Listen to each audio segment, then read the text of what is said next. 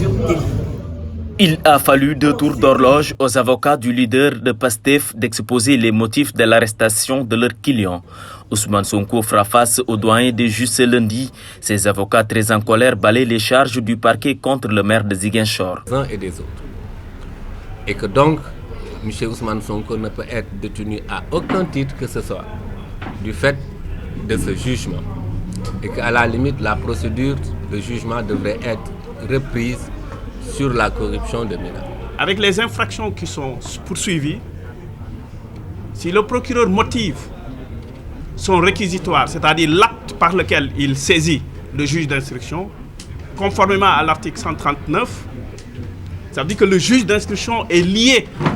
Ça veut dire tout simplement qu'il va le placer sous mandat de dépôt. Autrement dit, Ousmane Sonko ne rentrera pas demain. Et ça, c'est une précision, à mon avis, à dire. Ce qu'on appelle l'effet relatif de la peine. Si on doit sanctionner, on ne doit sanctionner que Ousmane Sonko.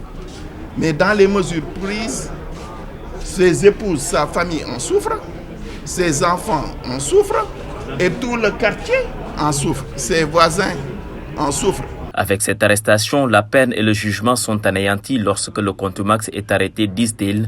C'est pourquoi, quand c'est Ousmane Sonko, nous vous avons dit tout à l'heure que tout devient inédit et les règles sont chamboulées.